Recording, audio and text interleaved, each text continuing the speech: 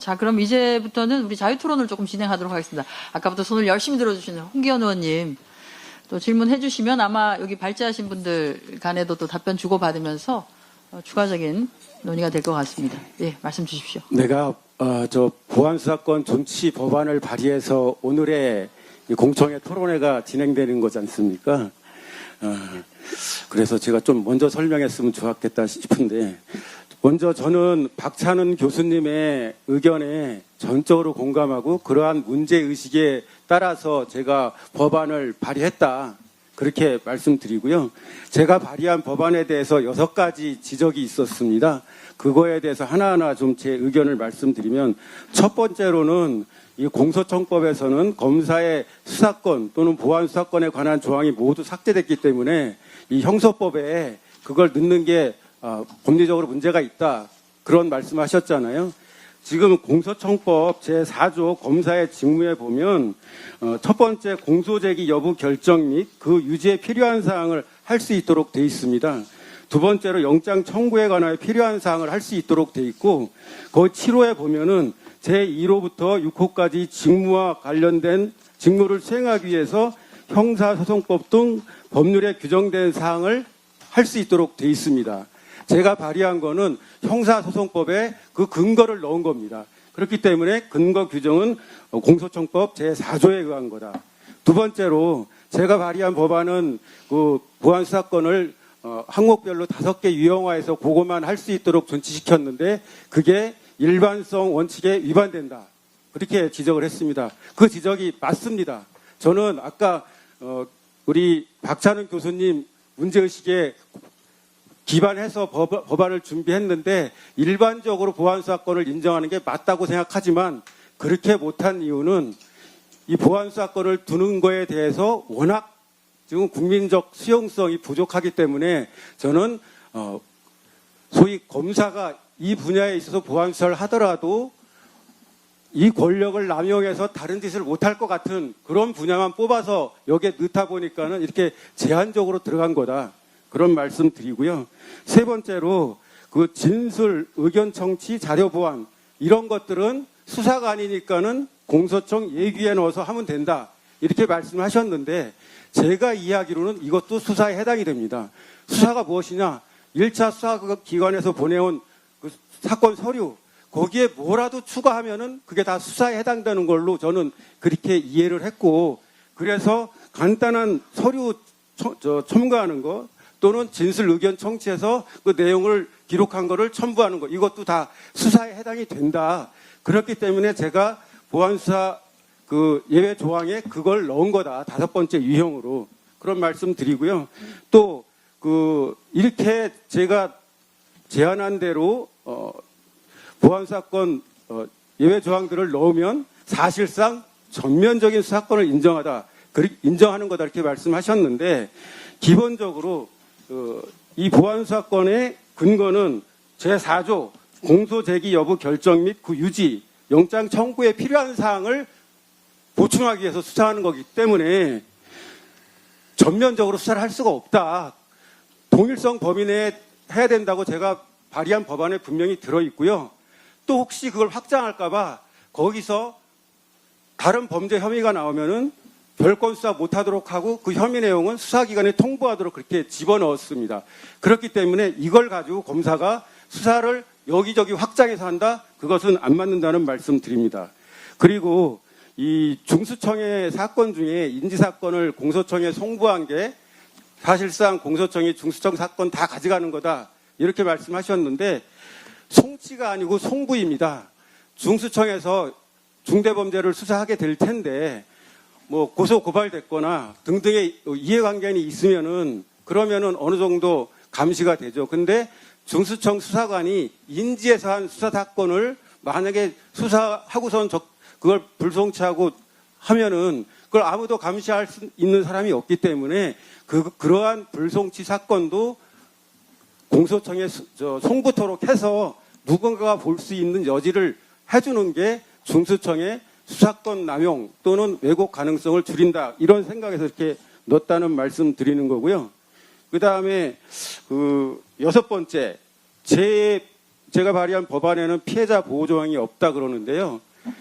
보안 수사권을 존치시키는 게 바로 피해자를 보호하기 위해서 존치시켜야 된다고 제가 주장을 하는 겁니다. 그게 없으면은 경찰이 수사를 왜곡하거나 또는 실수를 하거나 또는 피해자의 말을 경청하지 않거나 해도 경찰 밖에 있는 누군가가 이거를 보는 눈이 없기 때문에 그럴 가능성이 커지기 때문에 공소청 검사한테 보안 수사권을 주는 것 자체가 피해자를 보호하기 위한 거다. 그런 말씀을 드리고요. 또 하나는 사실 보안 수사권과 보안 수사 요구권이 2021년 검경 수사권 조정할 때 들어갔습니다. 왜냐하면은 검사의 경찰에 대한 수사 지휘권을 폐지했고 또 정권 송치를 폐지했기 때문에 경찰이 하는 수사를 좀 더 잘 감시하고 왜곡이 없도록 하기 위해서 들어간 게 보안 수사권이고 또 보안 수사 요구권입니다. 그래서 이 보안 수사권을 남기느냐 아니냐는 새롭게 판단할 문제고요. 현재 검찰청법에 있다가 빠진 보안 수사권은 송치된 모든 사건에 대해서 할 수 있고 또 별건 수사도 가능하도록 되어 있습니다. 근데 제가 발의한 거는 보안 수사를 할 수 있는 범위를 제한했고 동일성을 제한했고 별건 수사를 못하도록 했습니다. 그리고 또 감시장치를 제가 2개를 더 뒀는데 바로 내부 통제입니다. 강제 수사를 할 경우에는 지방 공소청장의 승인을 받도록 함으로써 검사가 마음대로 왜곡하거나 조작하거나 할 수 없도록 내부 통제하도록 한 거고요. 또 마지막으로 외부 통제를 넣었는데 검사가 보안 수사권에 대해서 이해관계인이 이의 신청을 하면 공소청 내 민간인으로 구성된 사건심의위원회에서 심의할 수 있도록 그렇게 해놨습니다. 한마디로 말해서 검사 바깥에 있는 누군가가 한 번 더 볼 수 있도록 했다. 그런 말씀 드립니다. 네, 이상입니다. 질문을 하신 건 아니시죠? 의원님 설명하신 거죠? 제가 좀 예, 알겠습니다. 저 말씀에 좀 답변을 조금 드릴 수 있을까요? 예, 그렇게 하시죠. 예. 네, 박찬호 교수님. 우리 홍기원 의원님께서 발의한 그 내용을 저도 한번 검토를 해봤습니다. 근데 저는 뭐 아시다시피 보안수사 유지론을 취하고 있기 때문에 이 민주당에서 내놓은 3개의 개정안에서는 그래도 홍기원 의원님 안이 조금만 좀 이렇게 손을 본다라고 하면 적절한 안으로 발전할 수 있지 않을까 그런 생각을 가졌습니다. 제가 사실 그 우리 홍 의원님 안을 조금 이렇게 손을 본다라고 하면 저는 이렇게 했으면 좋겠다. 아까 제가 얘기하다가 그 부분을 정확하게 설명을 못 드렸는데요.